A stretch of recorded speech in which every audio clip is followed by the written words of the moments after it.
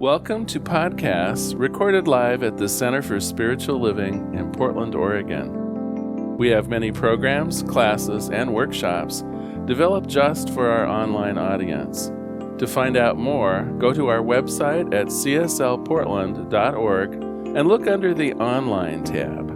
Our mission is to open hearts, ignite minds, and make a difference. If you'd like to support our center and its video podcasts, you can donate online at cslportland.org/donate. Allow us to become part of your extended spiritual community. Wherever you are on your spiritual journey, you are most welcome at the Center for Spiritual Living.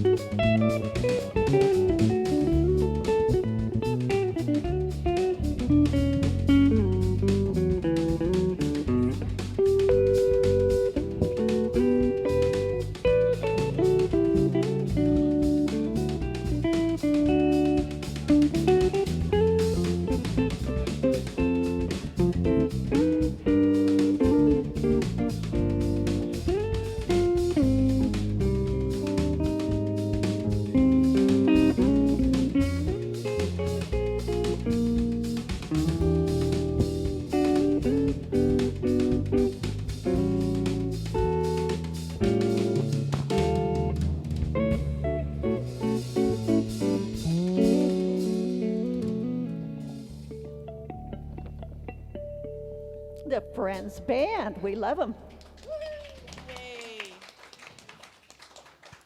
So good morning, everybody. We're going to start it off by singing together, so stand if you can, and let's sing This Little Light of Mine.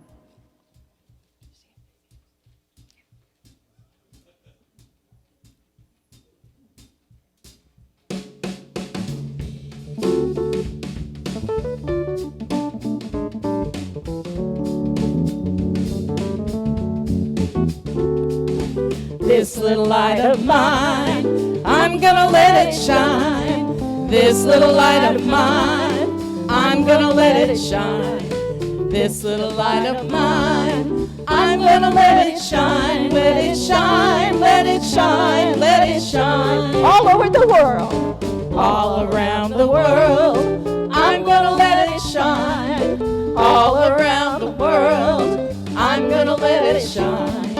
All around the world, I'm gonna let it shine. Let it shine, let it shine, let it shine.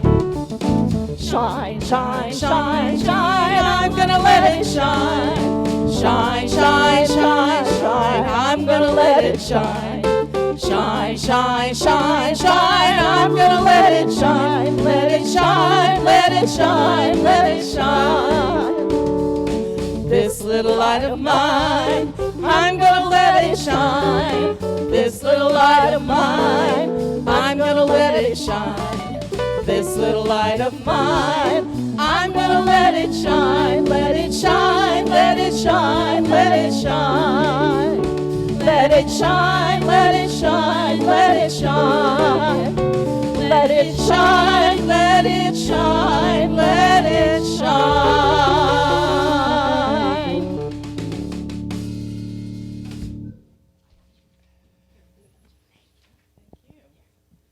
Well, I think we can probably sing This Brilliant Light of Mine. We don't have little lights, we have brilliant lights, and we let them shine. Yes? Yes. Good morning.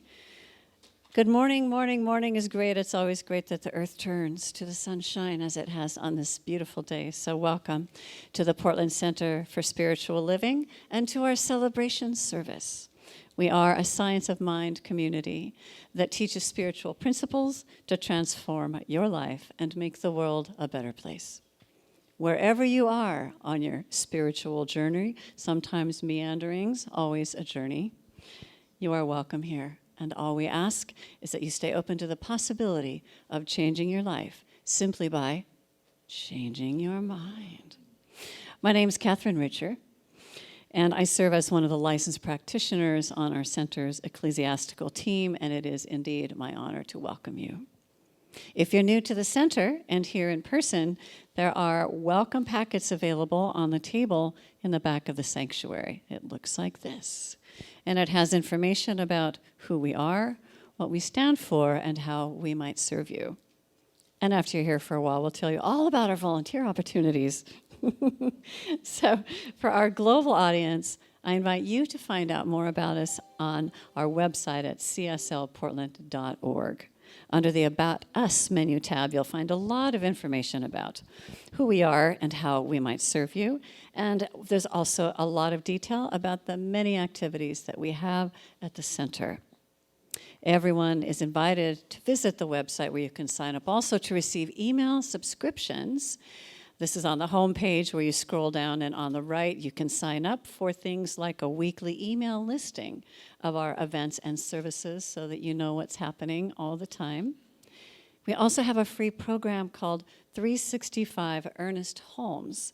Ernest was the founder of the Science of Mind, and there's a daily Ernest Holmes affirmation sent directly to your email inbox. They have a lovely inspirational picture and writing presented by Reverend Larry. You can also enter your birthday to receive an e-card and a gift on your birthday. And who doesn't love gifts on your birthday? I do, and it was just my birthday. I'm happy about that. A few announcements I would like to highlight. We do have our Sunday service, obviously you know, that are here in person at the center and also on Facebook Live every Sunday at 11. You can also find us later on YouTube and through the podcast on the website. So Wednesday nights we do have meditation on Zoom. This is at 7 o'clock. All times listed are Pacific time. And this week, Sylvia Kearns is leading the meditation with the theme of It's Time for Happiness. Friday is lunch with Reverend Larry at 11:30 on Zoom. And lunch, of course, is virtual and optional. And we also have online Zoom groups for the Social Justice Book Club and the 12-step program for women facilitated by licensed practitioner Nancy Ashley. And now I get to have Reverend Larry come forward to talk about divine dining. I get to wear my costume at least one more Sunday here. So we have 4 parties for you this summer. We have 4 people who are going to be throwing us a fun and friend-raising parties. We'll have an insert in your program next week, but advanced ticket sales actually start today. You can go to our website, cslportland.org. On the front cover, there's a little button that says Divine Dining, And it actually, you can order your tickets right there. You'll get an e-ticket in your email. It's so sophisticated. It's amazing that we can do things like that. But I do want to highlight at least a couple of them because 2 of them are coming right up in July. All 4 of them will be on the website. You can order tickets whenever you like. But the first 2 are coming up just in the next month, and I want to highlight them. First of all, of course, my favorite party would have to be my party. It's called All My Exes Live in Texas. And exactly, thank you for that. And Daniel will be teaching a line dance to that song, of course. And I'll be serving a variety of really upscale Tex-Mex food. So, someone actually knows that song. You're scaring me, Ken. Anyway, it'll be an evening of Tex-Mex food, outdoor dining, great conversation, and a chance to learn a line dance. That's on Friday, July 8th, so not a lot of time to sign up for it. And unfortunately, we're limited to just 12 people, so you'll want to get on that one. The other one, though, that's happening just a couple of weeks later, also in July, is barbecue at the Peace Ranch. So Jason Hutchison and Kristen Amundsen are throwing one of their most amazing parties. They have a lovely property. They're beekeepers, so if you ever wanted to know how a working bee farm works, you wouldn't want to miss that. But they're also pretty darn good cooks. Jason is famous for his barbecue. So that's on Saturday, July 23rd. And it's a midday party, so from 11 a.m. to 3 p.m., so you'll want to check that out. But we do also have a couple other parties in the works. Check them all out on the website. We'll have proper program inserts for you next week. We're doing all of the reservations and ticketing online this year. If you, for some reason, don't have online access, see me, see Deborah Pettijohn. We'll make sure that you can get your tickets if for some reason you don't have internet access. But oh my gosh, all 4 of the parties are going to be fabulous, and a great way to raise a little money for the center, and a great way to meet new friends. The other thing, though, that I wanted to talk about, should I take the apron off? You think that a man in an apron says barbecue, that says Father's Day, right? Kind of typical, Hallmark card kind of things, they assume fathers. Anyway, I do want to honor the fathers today. And I found a lovely poem that I'd like to share with you. This is, the poem is from Lee Young Lee, an Asian American, current, somewhat famous poem in America. And this is a poem dedicated to his father and fatherhood. To pull the metal splinter from my palm, my father recited an old story in a low voice. I watched his lovely face instead of the blade, and before the story ended, he'd removed the iron sliver that I thought I would die from. I can't remember the tale, but I still hear his voice, a well of dark water, a prayer. And I recall his hands, 2 measures of tenderness that he laid against my face in the flames of discipline that he raised above my head. Had you entered that afternoon, you would have thought you saw a man planting something in my boy's palm, a silver tear, a tiny flame. And had you followed that boy, you would have arrived here and now, as I bend over my wife's right hand. Look how I've shaved her thumbnail down, so carefully she feels no pain. Watch as I lift her splinter out. I was 7 when my father took my hand like this, and I did not hold that shard between my fingers and think, metal that will bury me, christen it little assassin, or going deep for my heart. And I did not lift up my wound and cry, death had visited here. No, I did what a child does when he's given something to keep. I kissed my father. Thank you, Reverend Larry. So happy Father's Day to all here in the physical and those who have passed on. So another thing to mark on your calendar is Sunday, July 31st. It is Bring a Friend Sunday. And you're invited to bring a friend to this celebration service at 11. And afterwards, we'll go over to the annual picnic in Peninsula Park, where Reverend Larry might have an apron on. And we have reserved... It's coming off now, okay. We have reserved our favorite area in the park with sun and shade and easy access to the water features for the kids. Burgers will be provided, veggie burgers, and dogs. I think you can bring your dog to the park too. And you are invited to bring your favorite picnic food to share with others. And if you forget to bring some, just come along anyway. There's always more than enough. We have 2 summer virtual workshops that are open for registration on the website. You can read more about them in your program, in our weekly email or online. So in addition to Father's Day, it is also Pride Weekend, and it is also celebrating Juneteenth. So I have a reading for you in honor of Juneteenth today. June 19th is celebrated as Juneteenth in the United States. Historically, Juneteenth commemorates a defining moment in American history, the June 19th, 1865 conveying of the news of the Emancipation Proclamation and the end of slavery by Union soldiers in Texas, where the news had been slow to arrive. I believe it was by about 2 years. However, that was a glorious thing to hear, and Juneteenth is a joyous holiday celebrated among friends and family with song and dance and storytelling, food, and prayer. And this holiday commemorates and celebrates timeless truths as well as the historic moment. It reflects the universal dreams of freedom and the community. It celebrates the resilience and steadfastness of the human spirit and the achievements and contributions of African Americans to this country. And it carries the reminder that this country has not yet fully accounted for and repaired the harms done to African Americans.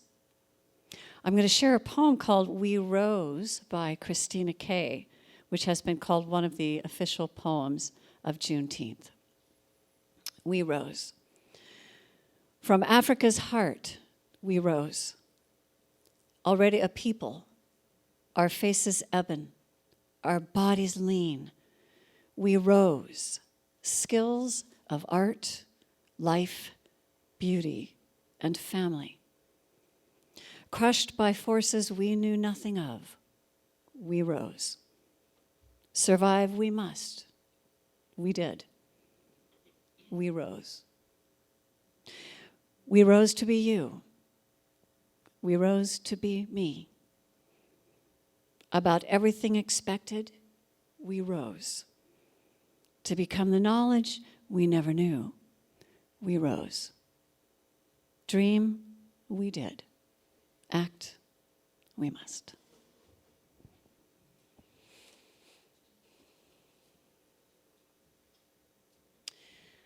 Okay, celebrate. Our flowers are courtesy of Kat, and I'm just noticing it is full of roses.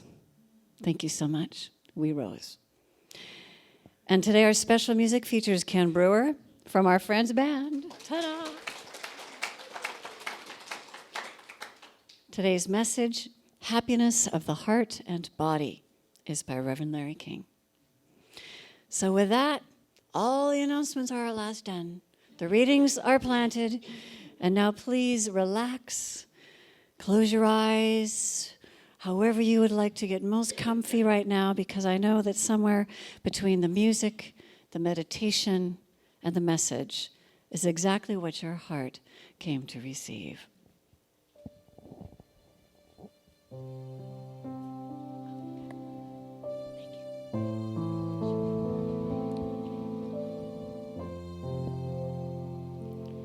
So let's just breathe together into this moment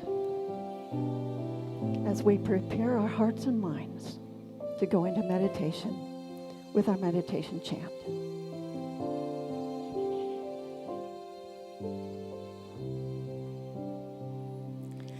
God is, I am right here right now, right here, right now. God is, I am. God is, I am. Right here, right now, right here, right now. God is, I am. God is, I am.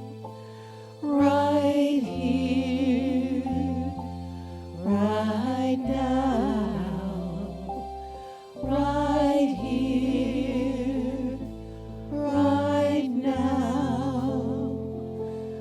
God is, I am.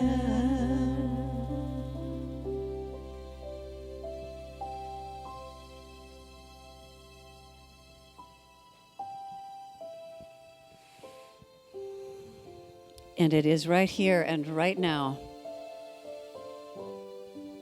I know the truth that there is only one power, one presence, one infinite intelligence. It is the power of everything. It is the source of everything.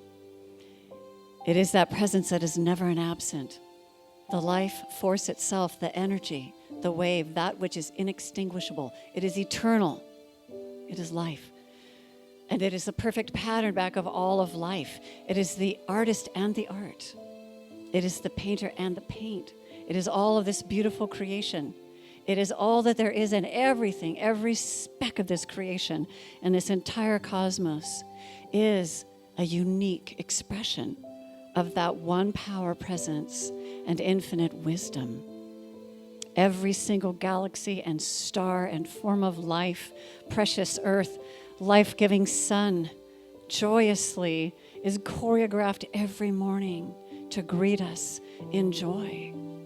This is the truth of life, and this is the truth of me. I know that I am an individualized and unique and perfect whole reflection of life, of source, of goodness, of spirit, of that universal presence.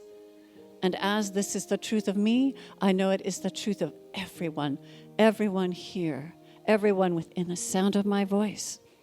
Everyone is a star wrapped in skin. Everyone is a unique expression, a perfect and complete and whole and radiant light, expressing as only they can, as only they are here to do, as an instrument of the divine. And knowing this to be the truth of who everyone is, I speak my word for and about everyone everywhere. I call forth this joy, this happiness, simply in the gift and the miracle of being alive. I call forth a willingness to practice the spiritual principle of joy as their north star, as their sunrise every morning, deliberately walking the path of happiness. And that is a willingness to, while not ignoring what is happening in the world of appearances, they are even able to rise above always and see the good, seek and see the good, seek and see the joy and the happiness that is here already in full abundance. Joy and happiness are indeed our spiritual birthright. And I open the doors of their hearts right here and now to feel that joy, to accept that happiness, to walk in that lightness. This is the truth of life. And I'm so grateful to know it. And so I release my word into the divine law, into the cosmic womb of infinite potential and possibilities, sparkling always and always saying, yes, you are my beloved. And so it is with absolute conviction and with directed faith that I simply let it be. I allow it to be. And together we say, and so it is. And in the silent moments that follow, in the sanctuary of your precious heart, I invite you to feel that deep happiness.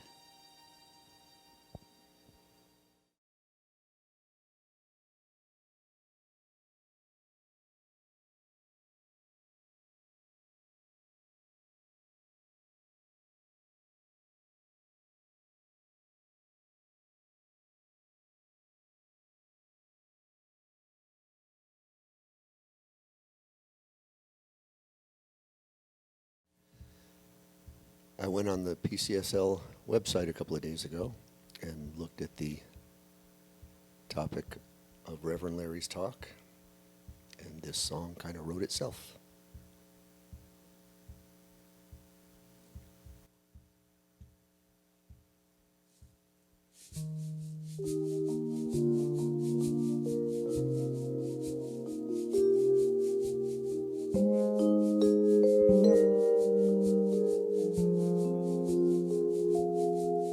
I am blessed beyond measure. I am blessed beyond belief. Everything I have, everything I am, has been freely given. Sunshine on my face, the very air I breathe. There is little that I want for. I have everything I need.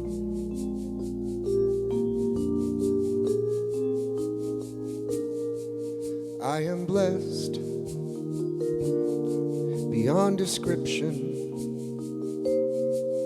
I am blessed beyond all reason.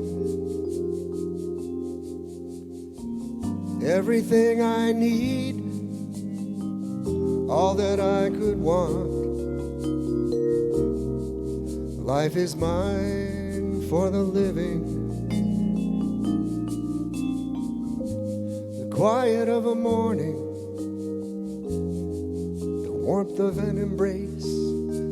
I am overcome with wonder at the magic of this place.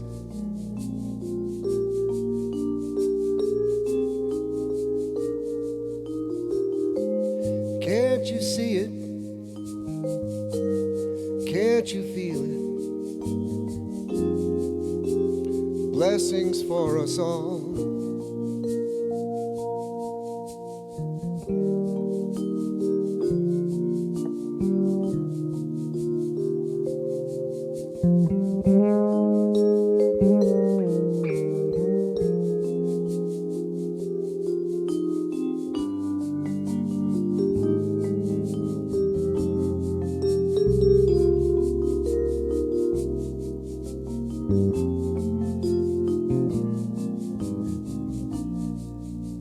The sunshine on my face, the very air I breathe. There is little that I want for. I have everything I need.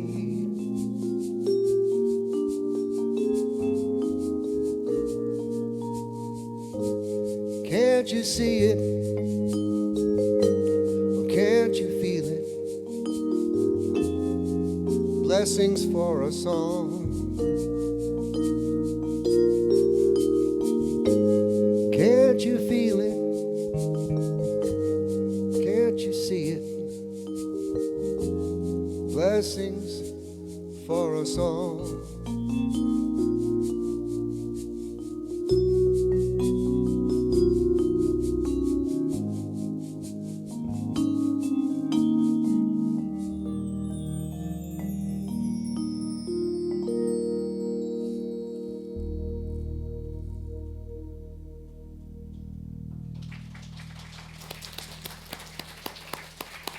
Thank you.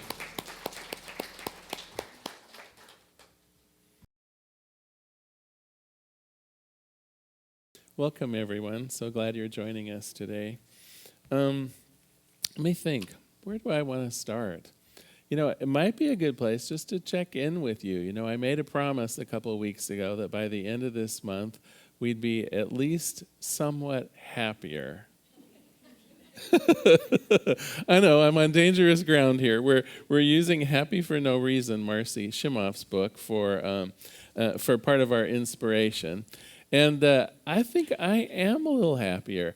I would invite you all, though, any of you who would like to give some feedback about this particular series or any of our series, please drop me a note. My email is revlarry@cslportland.org, and I would love to hear from you.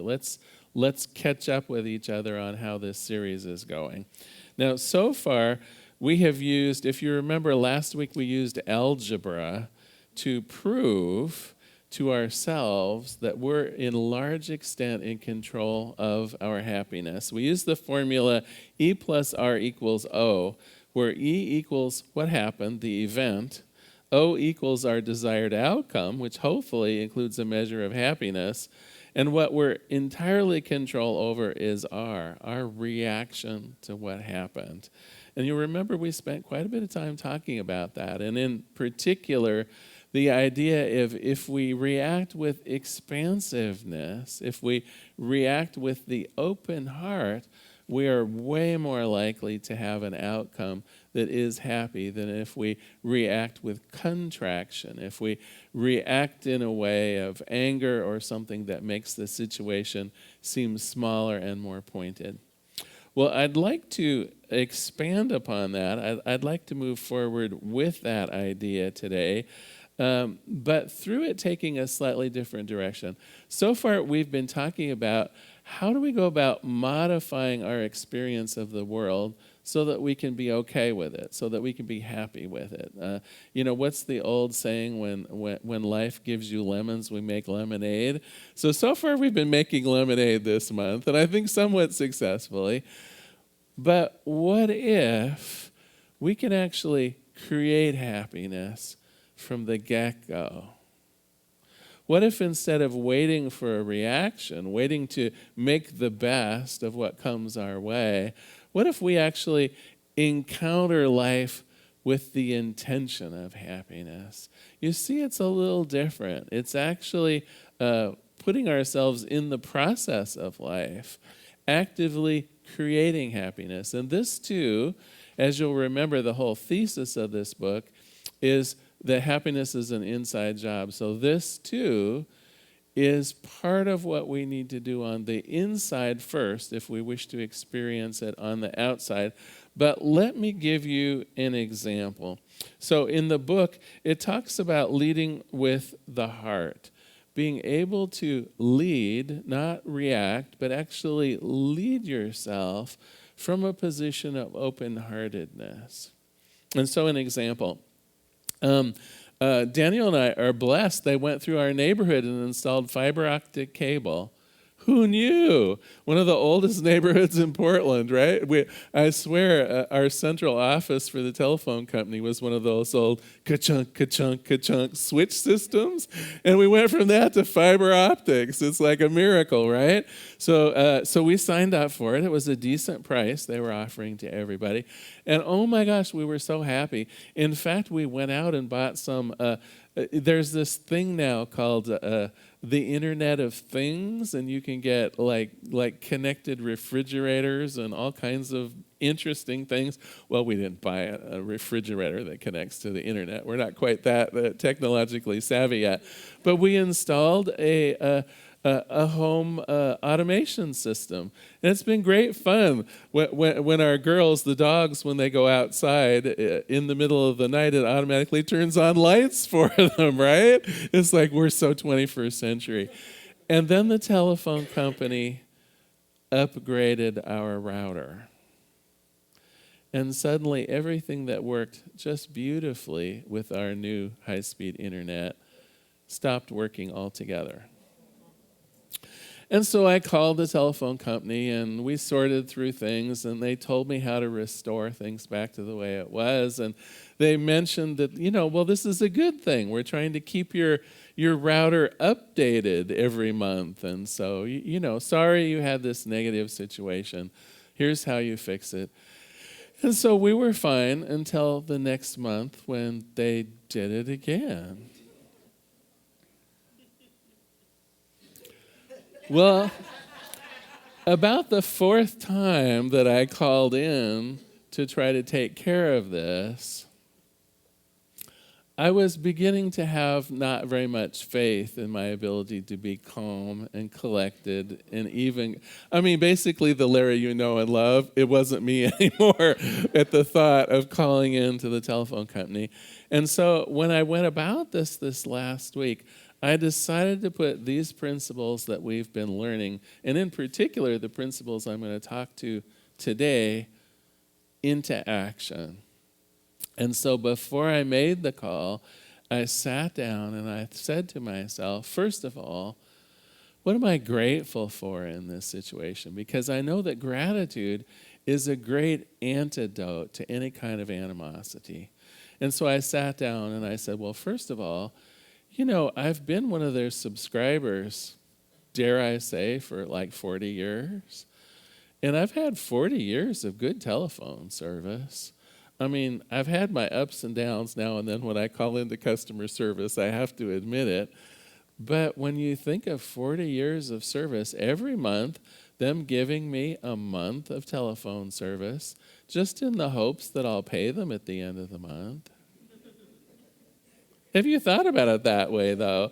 All of our utilities, well, at least most of them are given to you just with the trust that you'll pay at the end of the month. And if you rack up some long distance and other things, that you're good for it. And so I sat down and I thought, gosh, 40 years really of good service and goodwill. And yeah, it's like, okay, that's worth a few blips. The other thing that I wanted, though, to bring after reading the material for this week, the other thing that I wanted to bring to this situation, in addition to the idea of goodwill and perhaps some largesse with whoever I talked to, was a very simple idea of loving kindness. Could I turn this upcoming phone call into a measure of friendship? Could I actually, whoever I get on the phone, could I approach this with the idea that at the end of the call, we're going to be friends? I'm going to make a new friend today when I call the telephone company. And finally, because that seemed a bit of a stretch for me, honestly, because of that, I detailed some of the ways that could be important, that could be possible. I thought of myself as really moving beyond this as a transaction of I want this and they want, as though they wanted something different, and really thought about the unity of this transaction. They really want me to be happy, right? This isn't an adversarial thing. It's not like I'm calling in to say, I want what I want, and I know you don't want me to have it. Everybody wanted the same thing. We were in it together. And so I really sat down and thought about it from that perspective. How can this encounter be the highest and best for everything? Because basically we do want the same thing. I want my good uninterrupted service, and they want to continue trusting me to pay the bill at the end of the month and be a customer that sticks through them for some time. And so I sat and I meditated on it and I thought about it a little bit, and I phoned them. And you know what? It was the best encounter that I've probably ever had when calling in anywhere to discuss some kind of a problem. And although I wouldn't say necessarily I made a friend that day, I certainly had a friendly exchange. And I started out by complimenting on them on their service. I said, I've been one of your customers for almost 40 years, and I got to tell you, it's been with very few exceptions, it's been a seamless 40 years of good service. And I just want to thank you for that. And then I said, lately we've been having a little issue, and I explained the problem. And I said, I know that you want to resolve it as much as I want to resolve it. We want to have another 40 years together, right? And so could you help me? And I could tell that my words sort of brought down a kind of an us and them energy level to where the two of us really were trying to puzzle it out.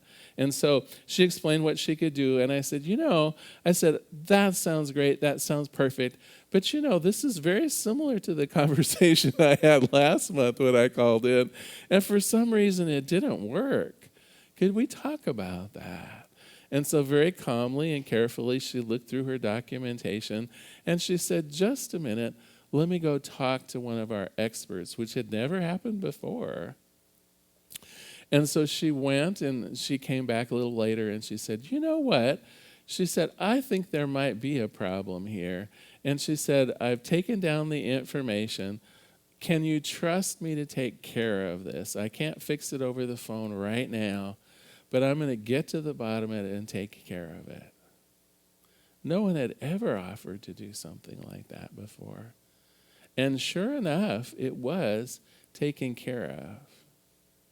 And I credit it not so much to me, not so much to her, certainly not to the mechanics of how the telephone system works, right? I'm sure there was some glitch along the way or something like that. I credit it to the idea of loving kindness. I attribute it to that availability in any given moment for us to treat each other with compassion, with sensibility, with courtesy, and with loving kindness. And so today we're going to talk about how we can bring our intentions, our little literally intention for having happiness, of approaching the day, of approaching something that could be awkward, of approaching life from that standpoint of, there's going to be some fun here. We're going to enjoy this. No matter what it is, I'm approaching it as though I will make new friends. I'm going to approach it as though all the problems can be solved. I'm going to approach it with the idea that this day will end better than it started. I'm going to approach it from the perspective that we're all in this together and that the highest and best can be achieved for all. And although I may not be successful 100% of the time, I bet most of the time I will be. I bet most of the time my own energy of loving kindness, my own energy of positivity, my own energy of fairness and being willing to listen and really find out what's going on with each other, I bet those things will create happiness for me. And so what are some of the clues from the book that helped me through that telephone call? There's 3 in particular that they talk about that I want to cover today. One is to focus on gratitude. No matter what is going on in your life, whether it's a negative happening, whether it's a tough situation, whether you're feeling not supported in some way, one of the ways to really get out of that and motivate you, set intentions for moving through it, is gratitude. Being grateful for what you already have and being grateful for your anticipation of better things ahead. So not only gratitude for what has been and gratitude for the present moment, but even imagining yourselves a little further along the walk of life and being even more grateful for what is going to happen. That is setting your intentions on happiness. That is your ability to influence what you're feeling now and setting yourselves up for feeling it in the future. Gosh, I am grateful for this present moment. I'm grateful for the people who are here this Sunday. I'm grateful for the people who are down at the Pride March downtown. I'm grateful for all the fathers who decided to stay home today and get cherished by their children. I'm grateful for the celebrations for Juneteenth going on around the city and around this nation. Pleased as punch that finally the United States government decided to recognize this public holiday.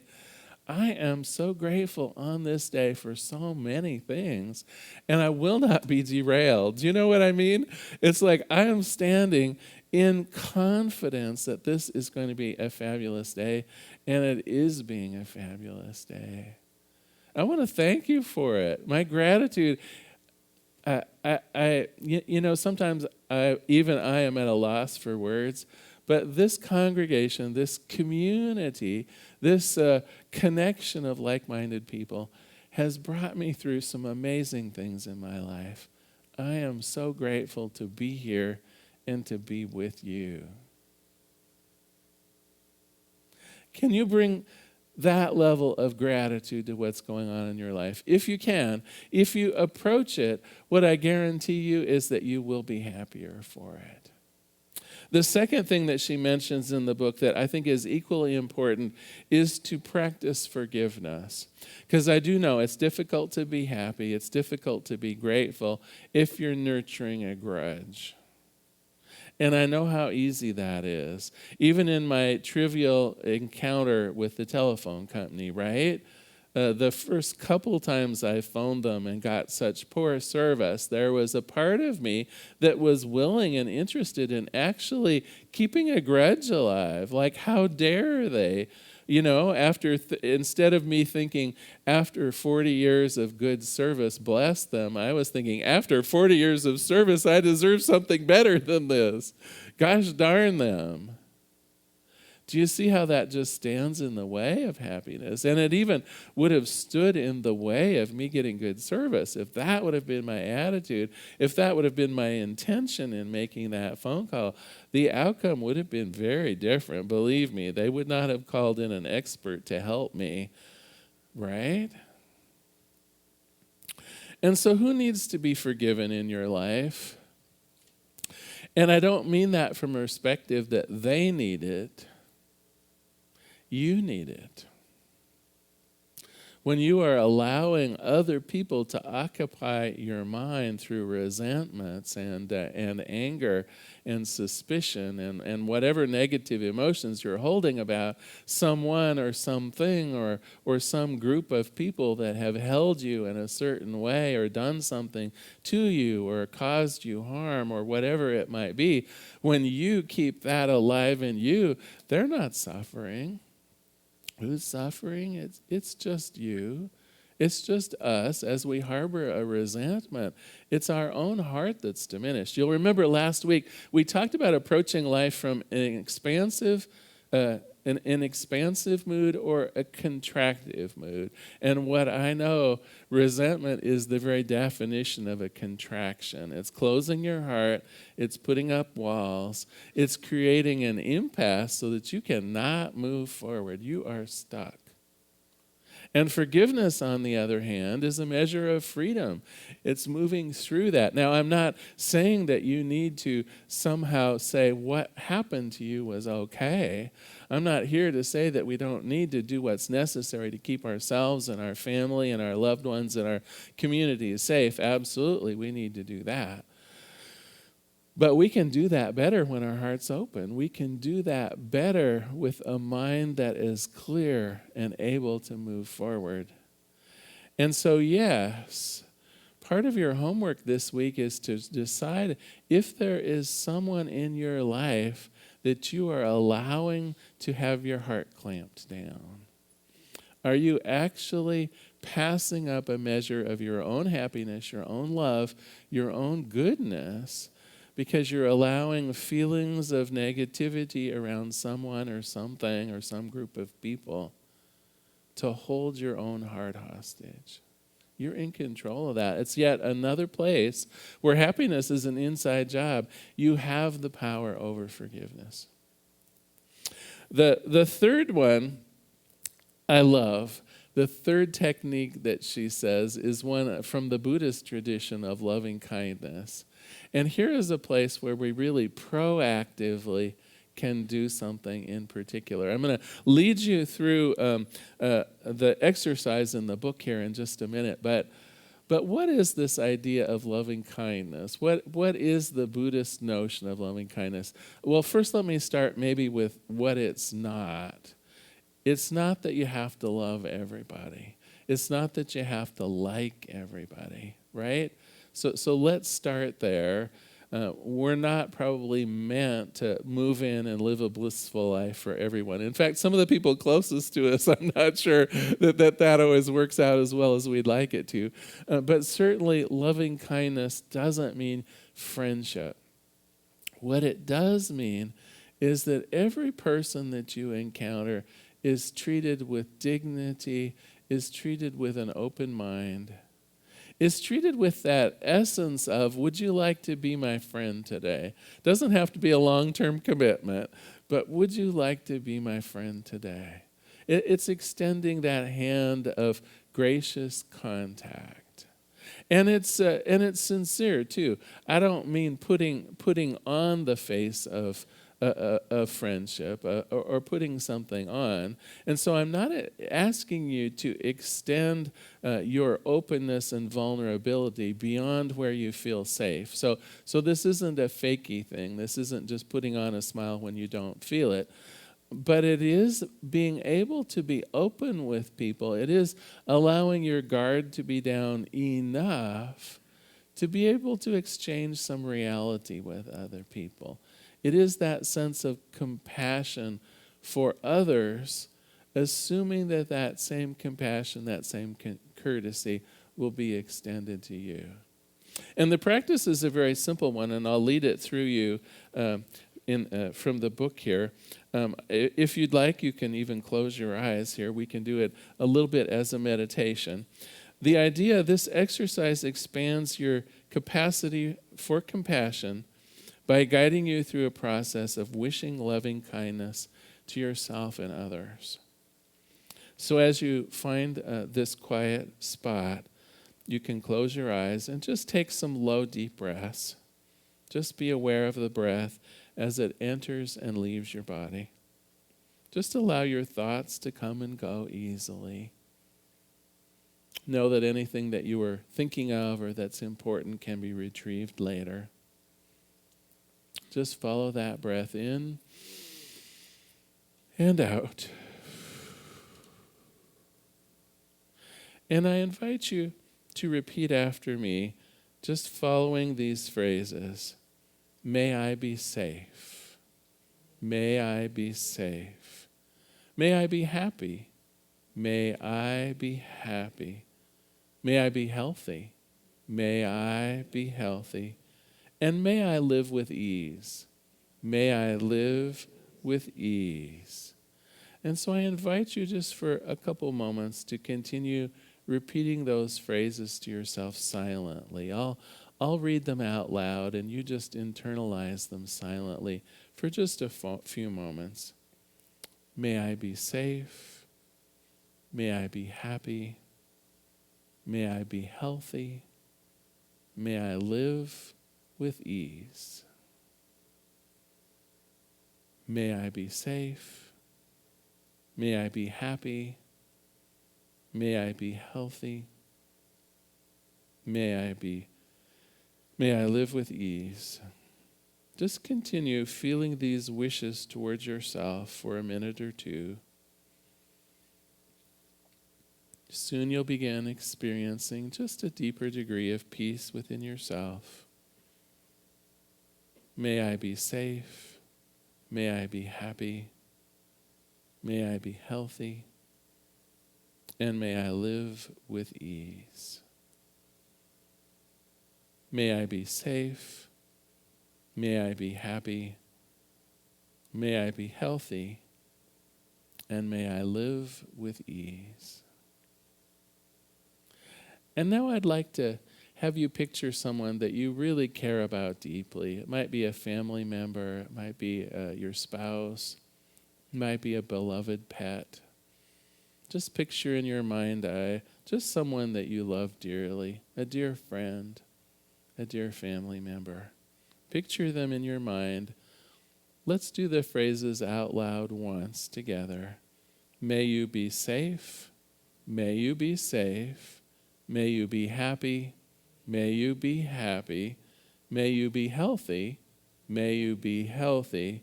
And may you live with ease. May you live with ease.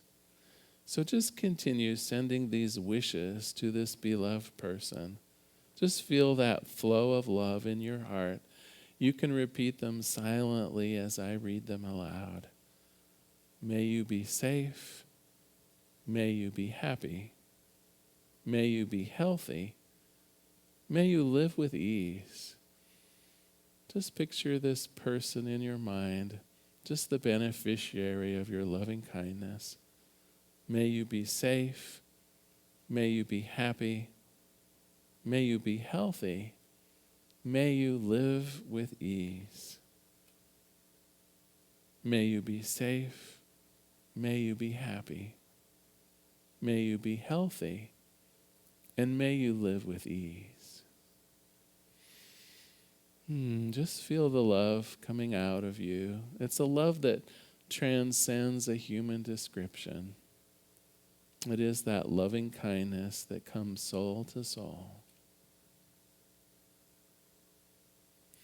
And now let's widen our scope. Let's send these wishes to all the living beings around the world. Just open your heart to encompass more and more.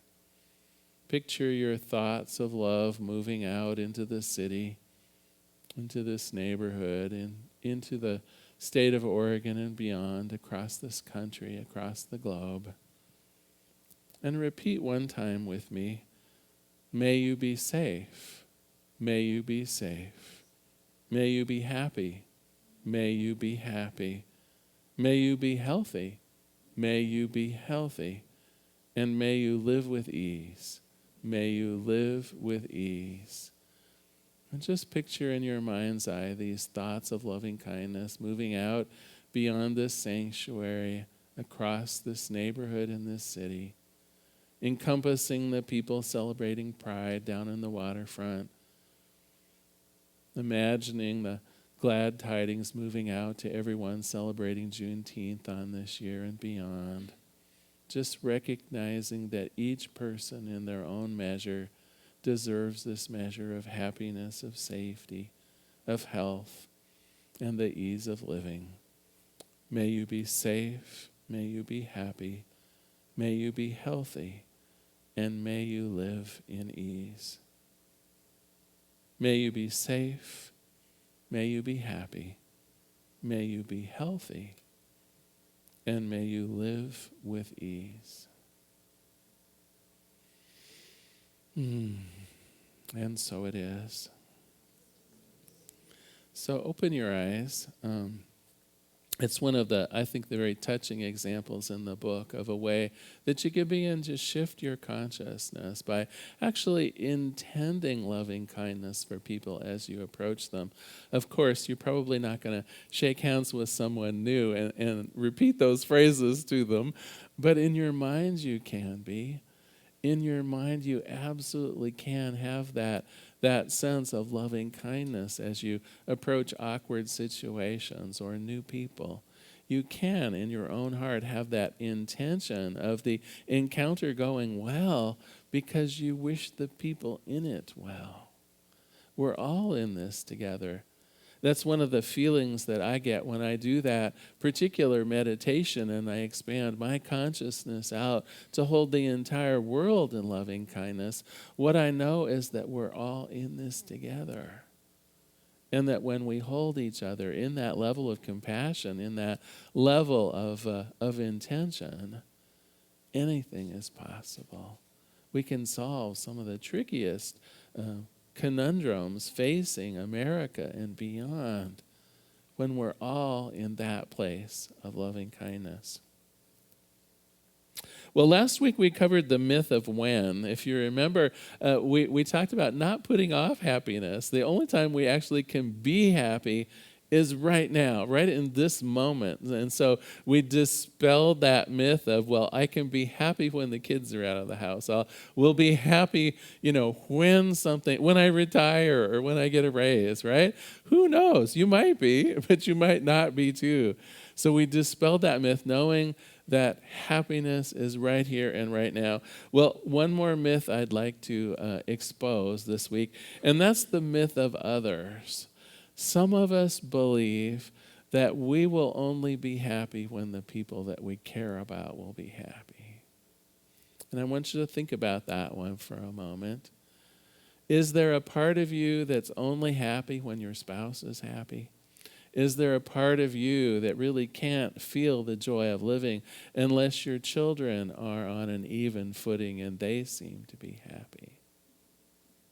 Think about that one for a moment.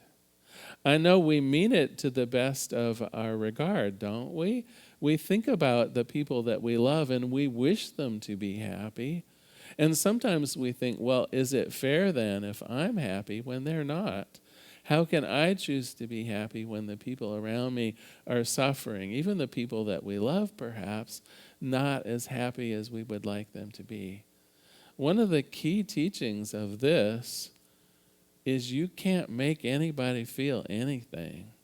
It is not within your power to confer happiness on someone.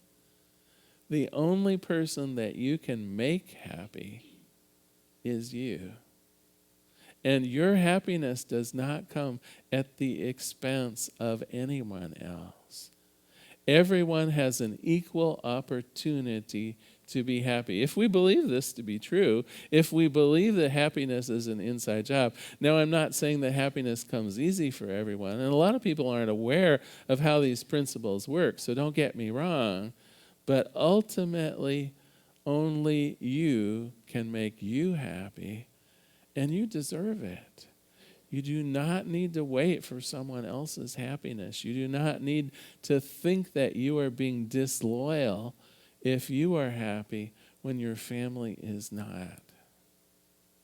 And so that's the third myth that we're dispelling here. I call it the myth of others, that I'll be happy only if the people around me are happy, only if the people that count in my life are happy. If that's part of your belief system, let's take a look at that. Let's take a look at that, because there's no guarantee that anything you do or say will make the people around you happy. They are on their own spiritual path. But you have a great deal of power over your own happiness. Well, today we covered 3 important points that will start increasing our capacity for happiness. We can set intentions for happiness, right?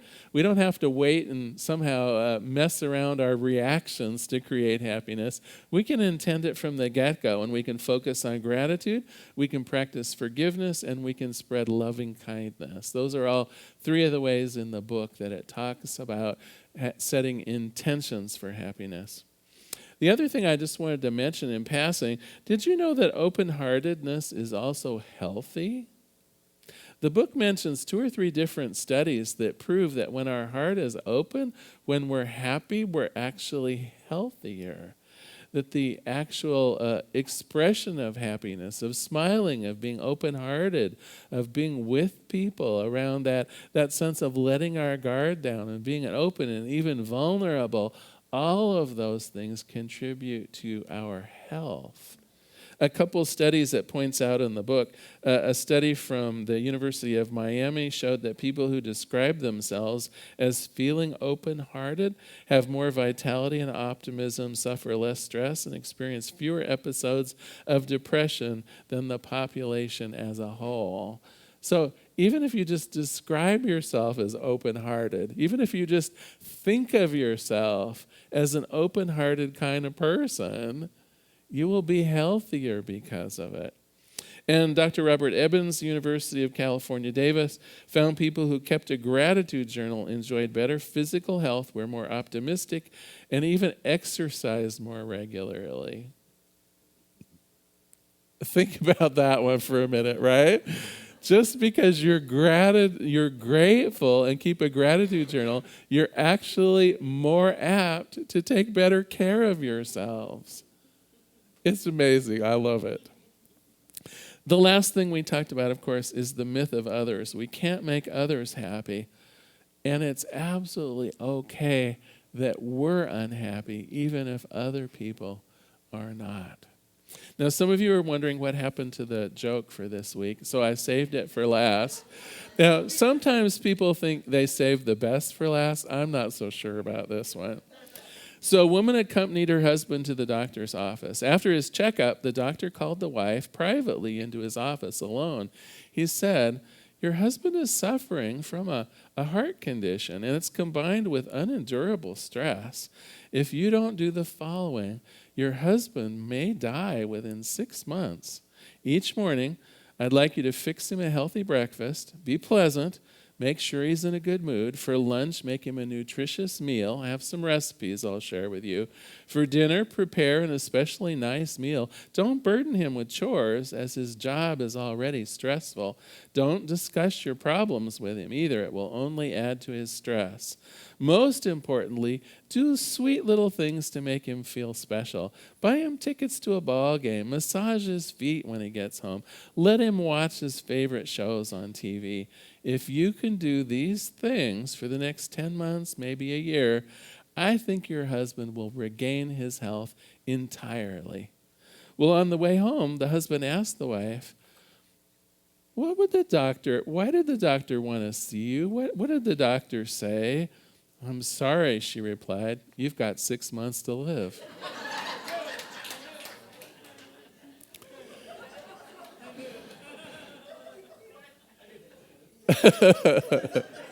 I know, a terrible joke.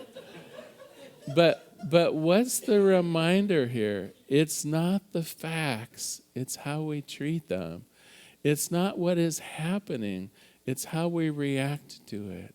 It's not the facts of life, it's our interpretation of them that matter 100%. No matter what's going on in your life, if you have the attitude of positivity, if you know that the world is a safe place to be in, if in your heart you have the faith of optimism and the true belief that as you contribute to the happiness of others, as your intention for moving forward in happiness is genuine, as you know these things, your heart will be lifted.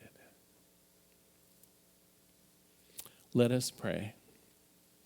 There is one power, one presence, one life, one joy. There's only this one thing. And what I know about it is that it's everything.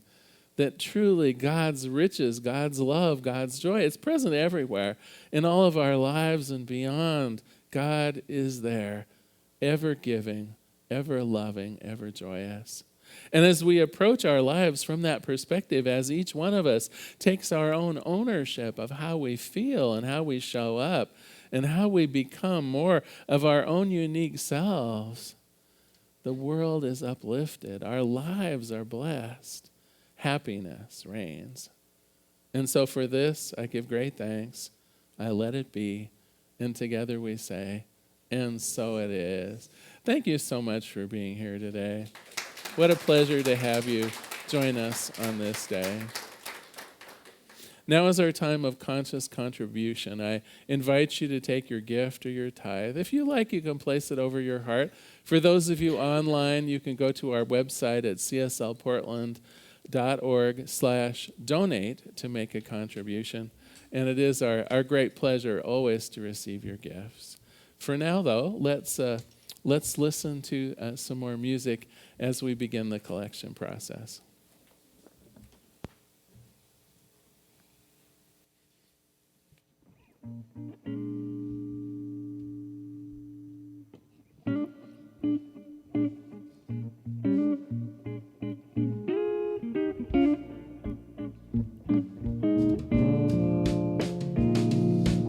More than enough, more than enough, more than enough, more than enough, more, much more than enough, more than enough.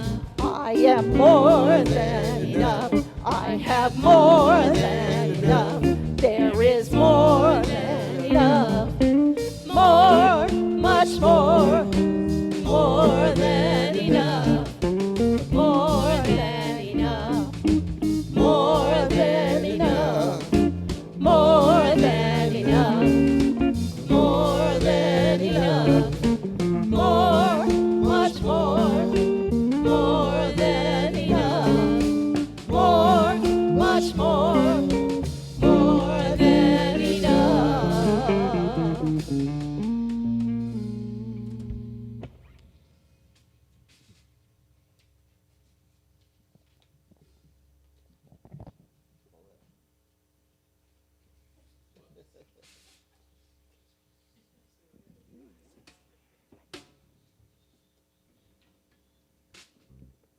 Pauletta's going to stick around and help us on this one. I think. Let's see. It's this one. Okay.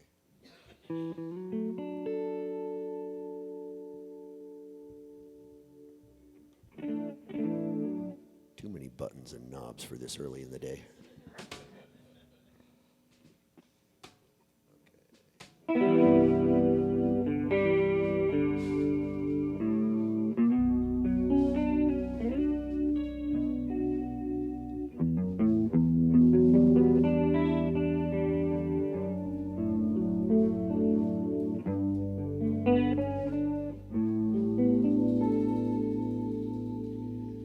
As you believe, so it will be. Just what you think, that's what you are. It's all in your mind. It's yours for the choosing. As you believe, so it will be.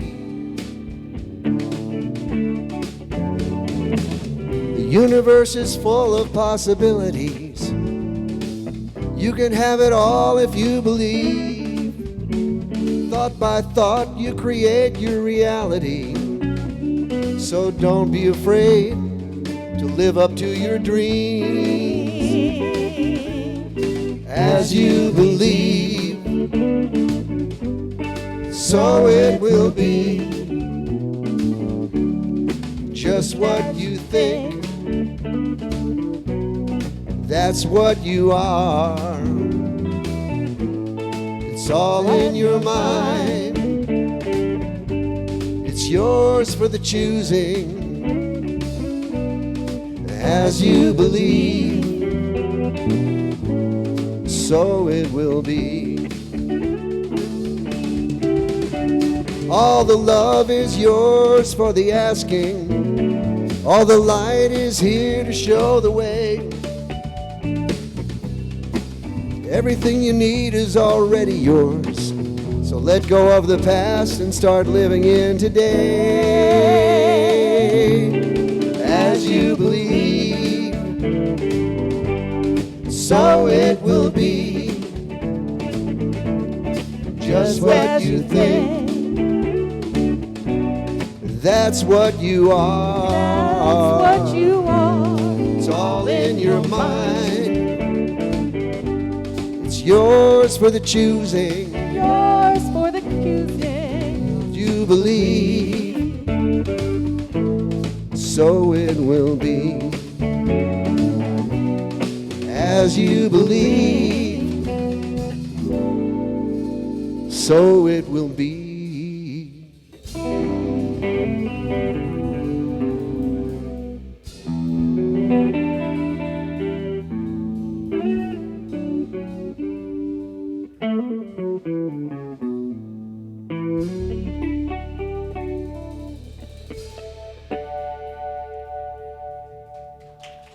Thank you.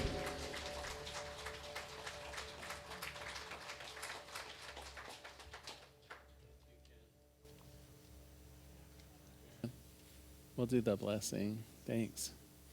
On behalf of the Portland Center for Spiritual Living, I receive these gifts with great love. I know that our vision of a world that works for everyone, our mission of personal empowerment, I know as we pay our bills, as we make gifts to other nonprofits, this circle of love expands in the world. I'm grateful I let it be, and so it is. So just a couple quick reminders.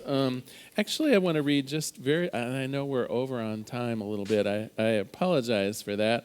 But I wanted to read this lovely letter that we got from Sisters of the Road. You know, over the last couple years, this fundamental resource in downtown Portland's been closed down because of the pandemic. They are just opening up, and they sent us this thank you letter for a donation that we sent them.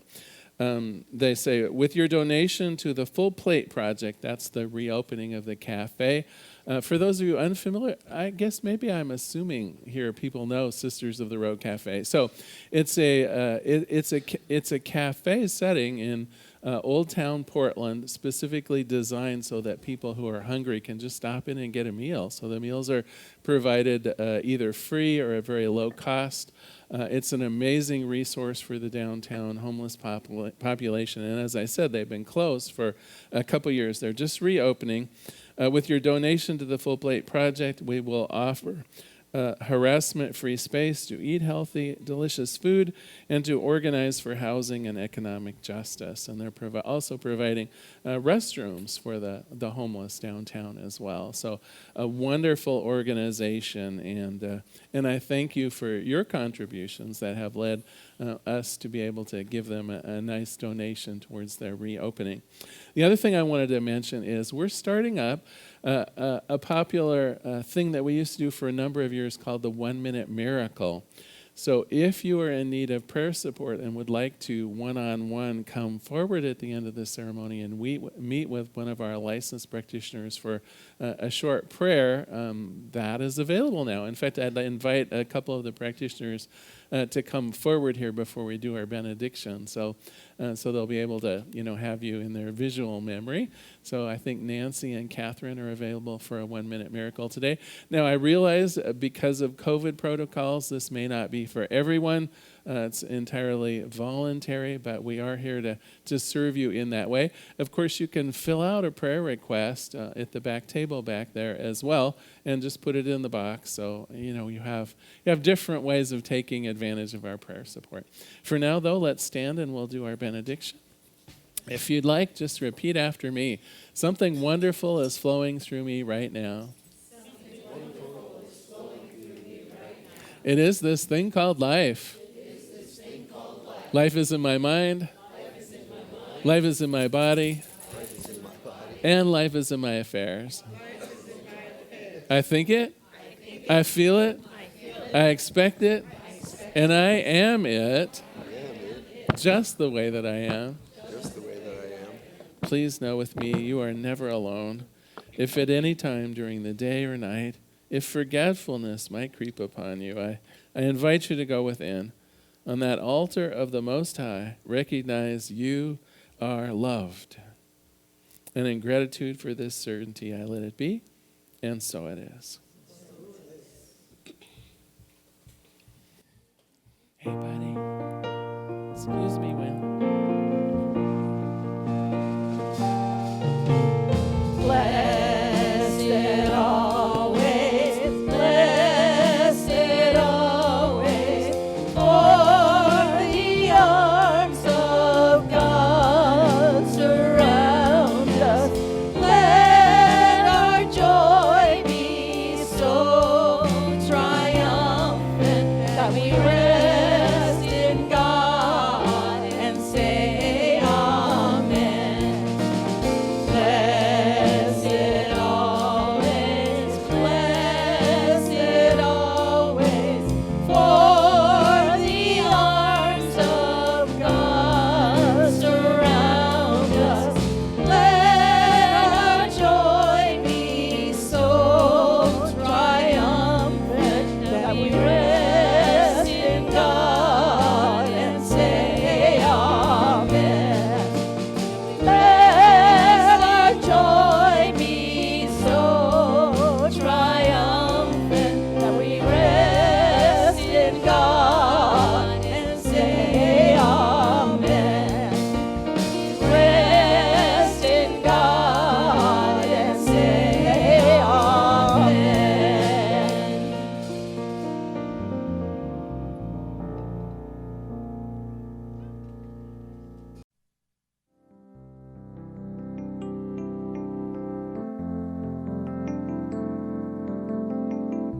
If you happen to be in the Portland, Oregon area, we'd love to have you visit in person. The Portland Center for Spiritual Living is located at 6211 Northeast Martin Luther King Jr. Boulevard. We have inspirational services at 9 a.m. and 11 a.m. every Sunday. We also have many programs, classes, and workshops developed just for our online audience. To find out more, go to our website at cslportland.org and look under the Online tab. We have a variety of content dedicated specifically for our online listeners. Our mission is to open hearts, ignite minds, and make a difference. If you'd like to support our center, you can donate online at cslportland.org/donate. Our website is also the place to learn more about what's going on at the center or to contact us. Allow us to become part of your extended spiritual community. Wherever you are on your spiritual journey, you are most welcome at the Center for Spiritual Living.